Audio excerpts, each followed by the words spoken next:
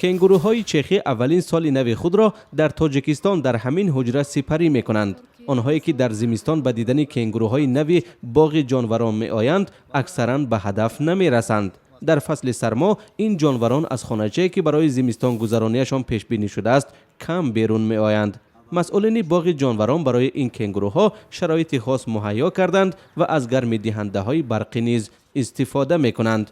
اونو دویمو مخم نیستن، مثلا روز میخلشید ما درک شده میمونیم که اونجا دا هوای اونجا تازه شود.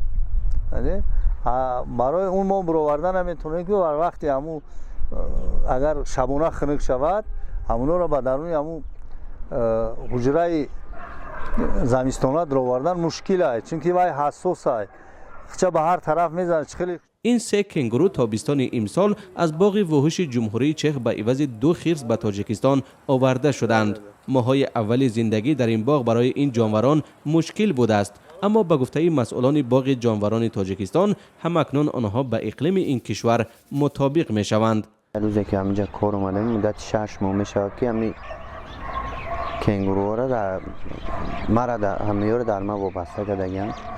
نگاه میکنم خیلی سریع میام نمی روزای خنک بعد باشه آوشون شیرگر میتونم وابسته به بود هوا.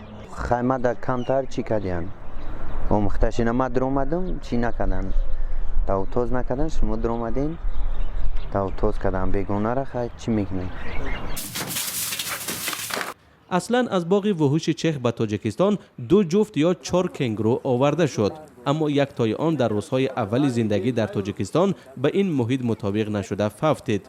مسئولان باغ میگویند که کنگوروها خیلی جانوران حساسند و چندین ماه دیگر لازم است تا آنها پره به تاجیکستان مطابق شوند و طبع تماشابینان باغ جانوران را در این کشور بالیده سازند.